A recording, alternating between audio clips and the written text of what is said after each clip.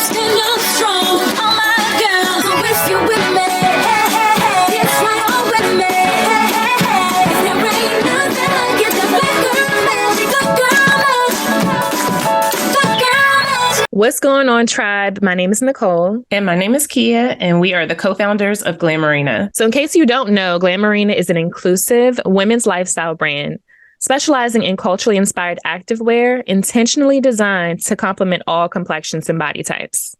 Our mission is to provide a safe space in health and wellness where every body belongs. Yes, welcome to Behind Glamourina, Moms on a Mission podcast, where we discuss how we balance being successful Black female entrepreneurs, working 9-to-5 jobs, motherhood, self-care, and everything in between. Yes, we do. And before we dive into today's episode, if you are a regular listener, you know we do this every single week, every single episode. We want to do our mental health check-in, check on our mental state, see how we're doing, see how you're doing.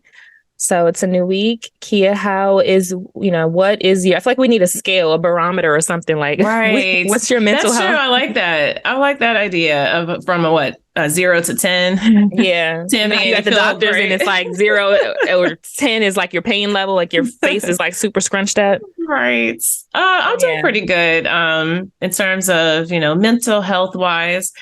I feel like, my job is, we're winding down again. I'm a school teacher, so we're kind of winding down the school year with all of those challenges. But I don't know. I feel pretty good. I'm looking forward to summer and just trying to, we always say, this podcast is about us balancing everything. And I feel like I'm just still trying to learn a good balance for me. I haven't really grasped that yet, or perfected that yet, that balance, because there are sometimes I'm feeling overwhelmed. So trying to do enough though during the week, right, to get stuff done. This one thing at a time, then I feel like stuff's not getting done. So I'm just in that space. And I think that's why some people who might discover the podcast is probably listening like, okay, how do they do it? And it's not always easy. And you might have one routine based on one particular moment in your life.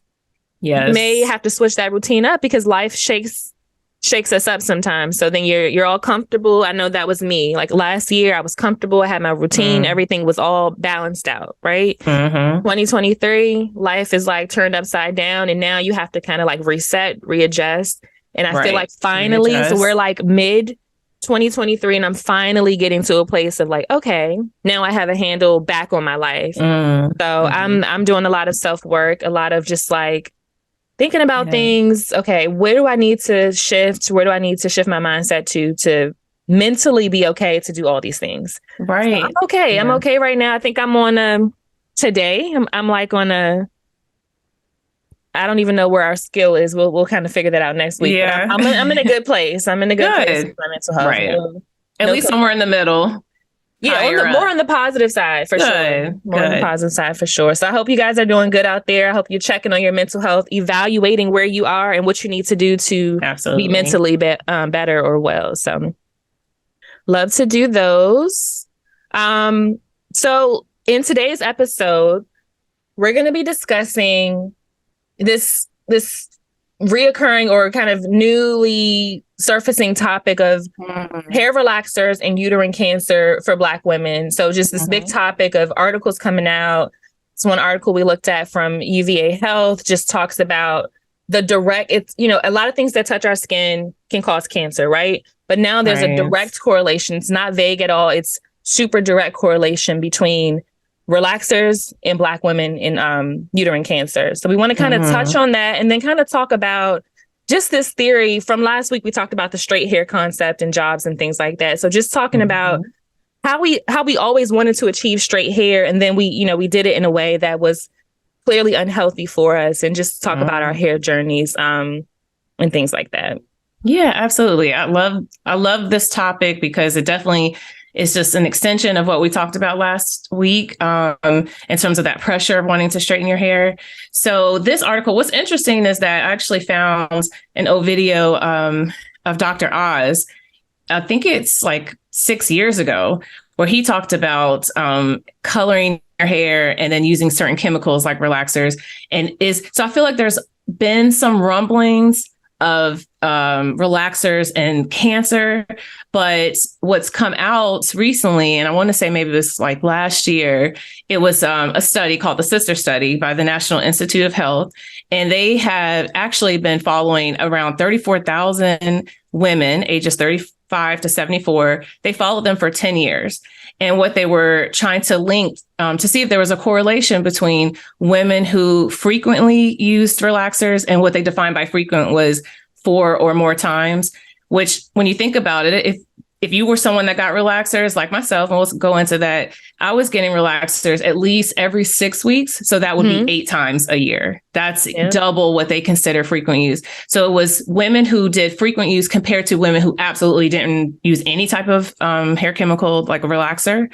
And it just came out that, I mean, the women that used the relaxers were like 4 times more likely to get uterine cancer. And it's really, so it's like the study is not, there's no actual proof just yet, but they definitely are linking, you know, the chemicals that are that they put into the relaxers. They're linking that to uterine cancer. And, you know, I was doing a lot of research on that. You know, uterine cancer, the best remedy in terms of like curing uterine cancer is a hysterectomy. So a lot of women that are in these cases, not because of the study, but the study has helped to, you know, gather a lot of women together. And it's just like, you know what, they're able to prove that, you know, I have developed uterine cancer from after using these products. And so there's a bunch of lawsuits out. It's like 55 lawsuits. And, you know, it's just crazy. It's just so crazy that, you know, I feel so triggered by this in some ways, because I grew up getting relaxers. Yeah, it's crazy because when I've only had a relaxer, I was telling you this before we went on air, but I've only gotten a relaxer personally once in my life. Just because my mother was like she was big on the hot comb. Burn the mess out of our hair with the hot comb, but we didn't really do relaxers like that.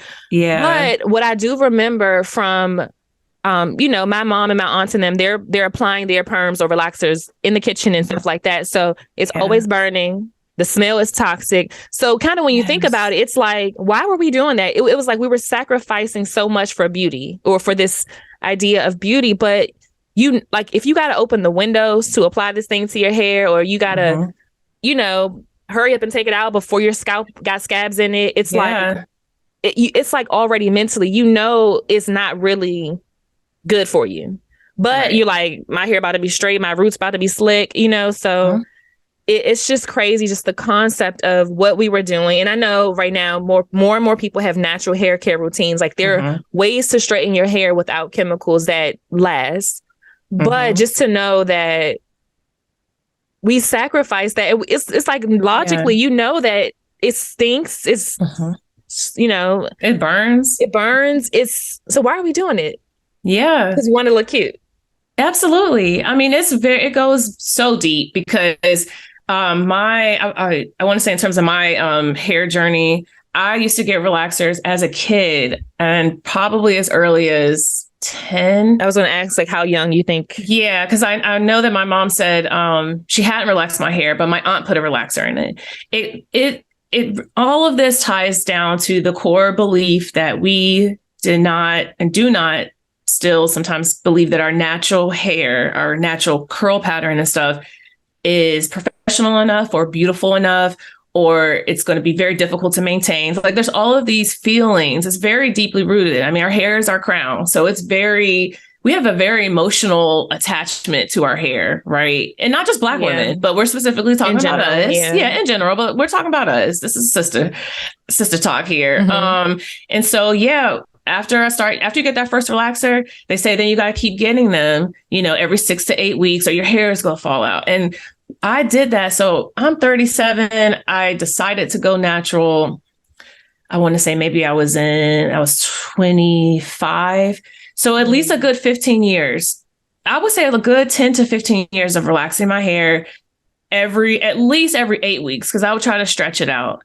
And it was really about not just wanting to look beautiful, but really like I would look at the kinks, what they would say in between relaxing is the new growth. The new growth showing right here. right? It would be like this much of new growth, an inch or two of new growth from your scalp. And it's like, I need to straighten that out. Like, I need to make that disappear. That was like the feeling that I had growing up, because my mom, I guess she was in the era of the hot comb too, and like pressing your hair and looking, a certain type of way. Like you would have like a better quality of life. You looked more put together. Yeah. And growing up, my mom used the words, and not just my mom, but in my family, nappy. They didn't like that. Of course. Nappy as hair. Yeah. Like, get that nappy hair, baby. Do that nappy hair. That hair. Nappy you know what I mean? Baby. So that's so crazy. And yes, it's that polished look that everybody wanted. But I will say, so my daughter has a more coarse texture hair than I have, right? More thicker. And so for her, it's trying to manage your hair, figuring out how to manage it, save time, save pain, because your child is going to be screaming and crying and kicking when they're getting their hair combed out. And so I remember this, I regret this so bad, but I remember this one hairstylist. She was my friend. She does all the kids' hair. She was doing her cornrows like every 2 weeks or whatever. And so Nyla did not want to sit still. So the girl recommended, she's like, you should probably get a texturizer, do a texturizer on her. She's like, I was like, was that a perm? She's like, no, it's not a perm. It's just to like soften her curls. So I did it. Smells the same as a perm relaxer. It's the same thing. It's the same exact chemical, if you ask me, because it smells the same, burns the same. You got to take it out within the same amount of time. And so from there, I could tell that it really damaged her hair. Her curl pattern, when I wanted it to be in the natural state, was just terrible. And so I've regretted that moment. But that was a hairstylist telling me, a Black hairstylist telling me, this is what you should do to more easily manage her hair. But that wasn't really that wasn't the right solution. All I had to do was really take my time.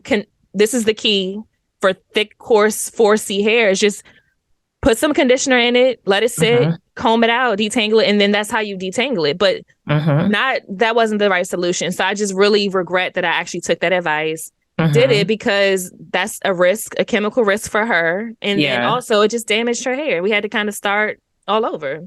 But again, it was just a hairstylist recommending it. And, it's... It goes deep. It's for sure. And like you said, you hit the nail on the head in terms of manage. And I went natural and I felt like, I did the whole big chop and all that. And I cried. I mean, all that people talk about, that's real. I did. I actually cried. And I was in a kind of a bad relationship at the time. I didn't have that support, because he basically told me I looked like a boy when I had the little short hair. Yes, it was really hard for me. And I just right away went to wearing like braids and stuff. But the thing is, my hair did start to grow. So yeah, that big chop and getting it short was tough. And that could be a whole nother topic. But your hair does grow. It does take time to figure out. I'm still trying to figure out how to take care of my natural hair. I was natural for like 9-10 years. And I got tired of being natural. So I also hear and saw a lot of, stories about that. Some women were natural for a long time, even in adult age, because relaxers for me came out at a young age. Lots of kids get relaxers, but some people don't start getting relaxers until mid-20s and even older. They're just like, I want something different. I'm tired of it. I want to have it, that polished look. And we cannot lie that natural hair does take work. I mean, getting your hair done, period, and keeping the style. Because even when I get it blown out, I still have to pin it up at night. Like if I don't want to put too much heat. So hair, regardless, takes work.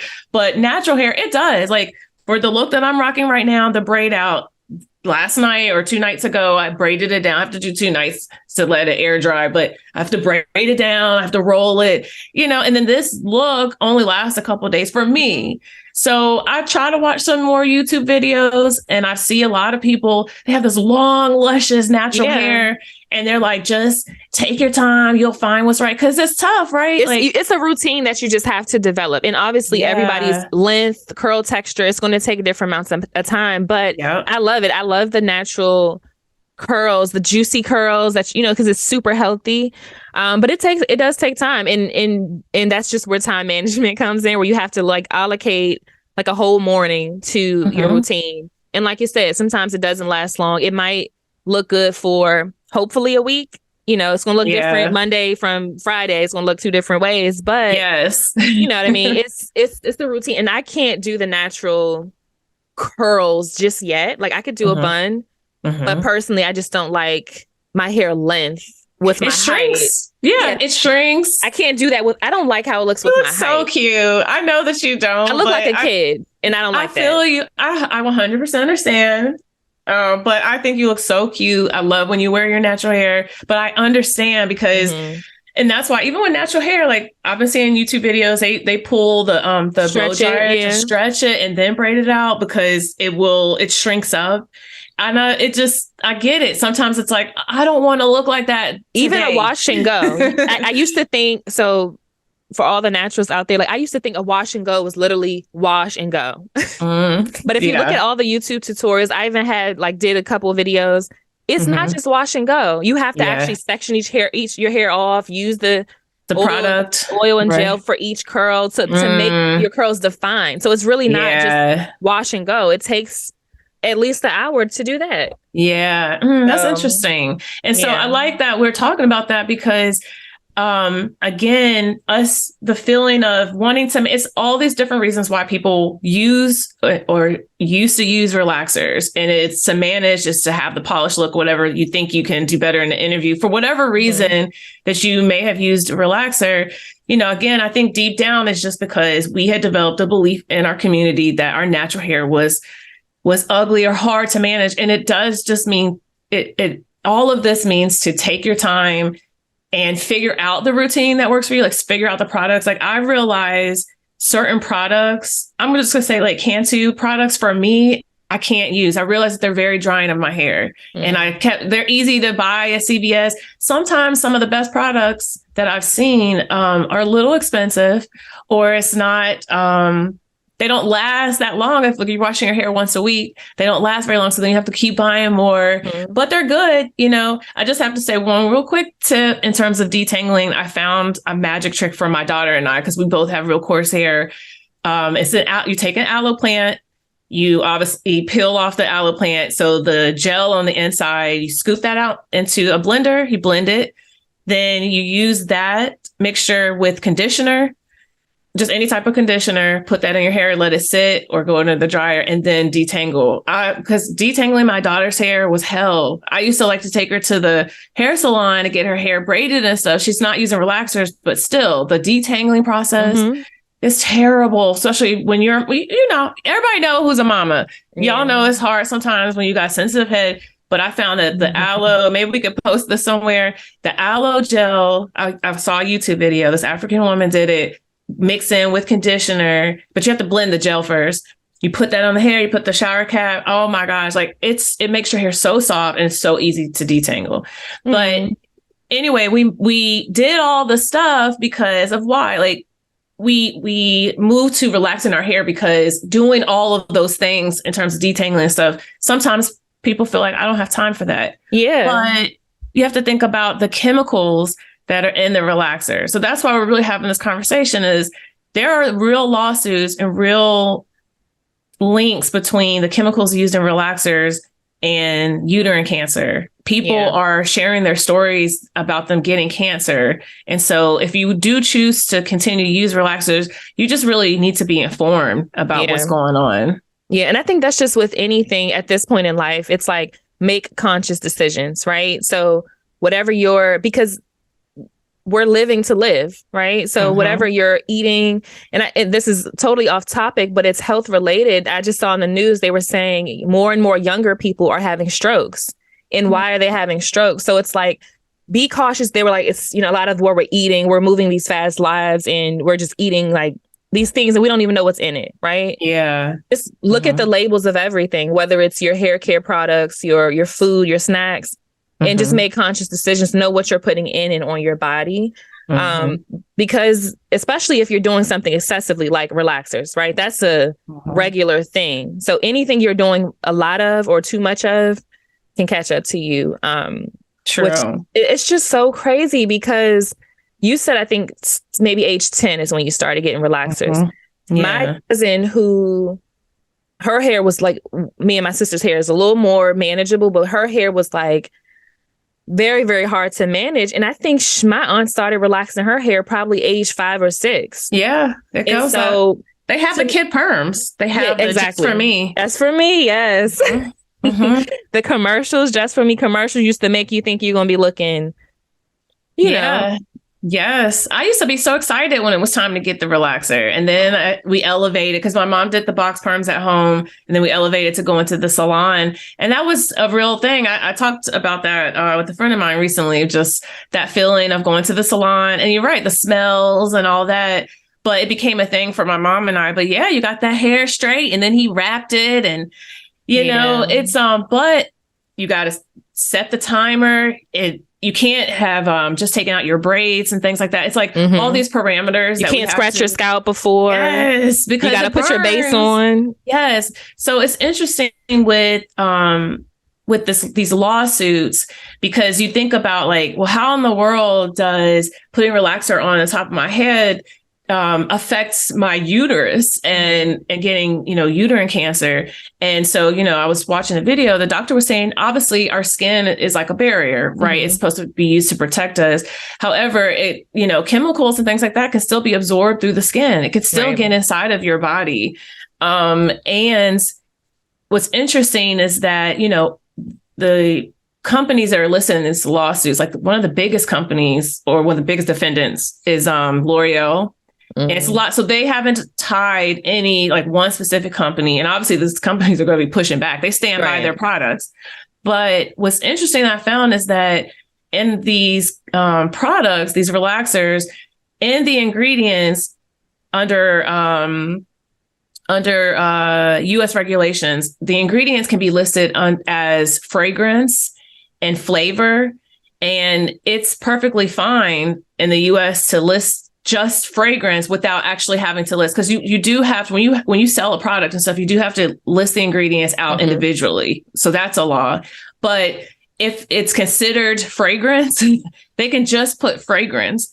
So there are some chemicals like carcinogens and things like that have been linked to cancers that is found in some of these products and these relaxers. So again, this lawsuit, the study came out, they followed, like I said, 34,000 women over a 10-year period.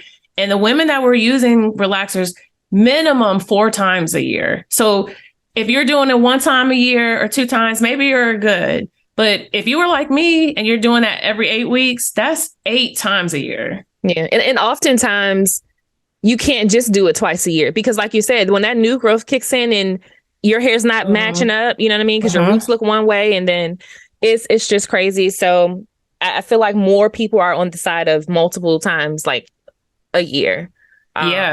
So if you're going to commit to that, I hope that, everybody more people are well than not well, and less people are, on that cancer, a part of those people who did get cancer from relaxers. But I don't know. It's crazy. And then I think about just, again, the concept of the straight hair, right?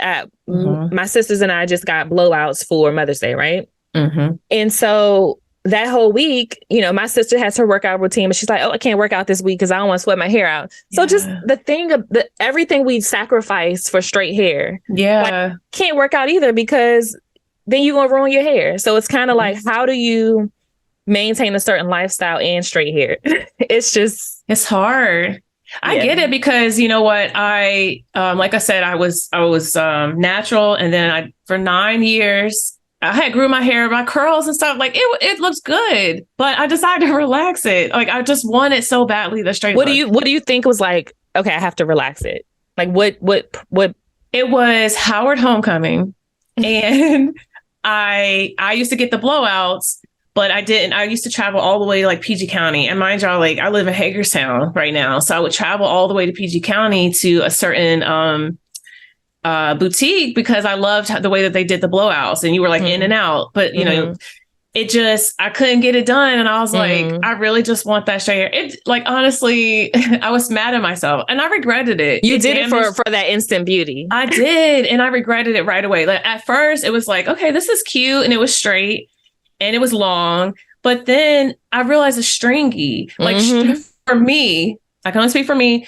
Relaxed straight hair is still different than a blowout natural hair. It doesn't have that balance. It just sits still. I missed my natural hair so bad. So I had to go through that process. I started growing out my natural hair more and more. This time I didn't do so much the big chop. I did it little by little. Now I got to tell you something real quick. 2 years ago, was it 2 years ago? I was dating somebody, and so I'm gonna be real transparent here. I was dating someone and we were going to go like to Miami. Like we're going to meet up in Miami or whatever. And I still wanted to have like a slick look. It's like so deep ingrained, but that's my life. Like that's how I felt. I wanted to have the slick look. Right.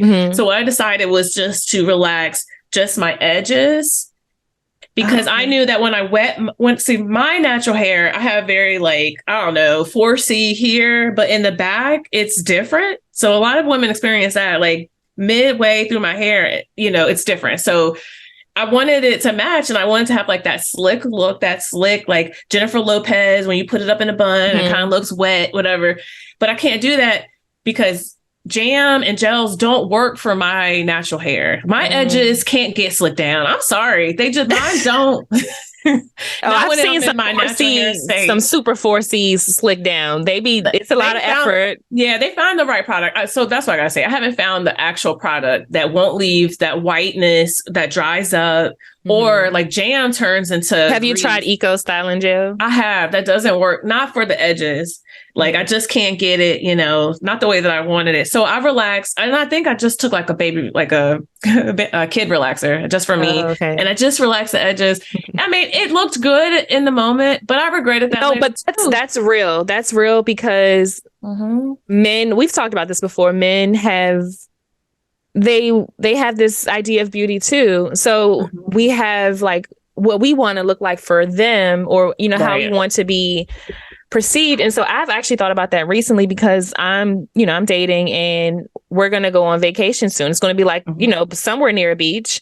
So like, he's so used to my hair being like straight and silky and flowy. So it's like, okay, what do I do for the beach? Because I've already said like, my natural curls it don't look like this. My hair does not. This is not, this takes work. So it's kind of like, what do you do to try to still have that look? But then it's kind of like, no, I'm not even about to trip over that no more. You take me as I am. Type of thing. I mean, hey, if you're dating with like the intention to get serious, then obviously, because we know that like if you're just dating, you just meet someone, it's not that serious or whatever. When you first meet someone, it's not like take me how I am. We always try to put our best self forward in the beginning, and that's kind of how I was feeling.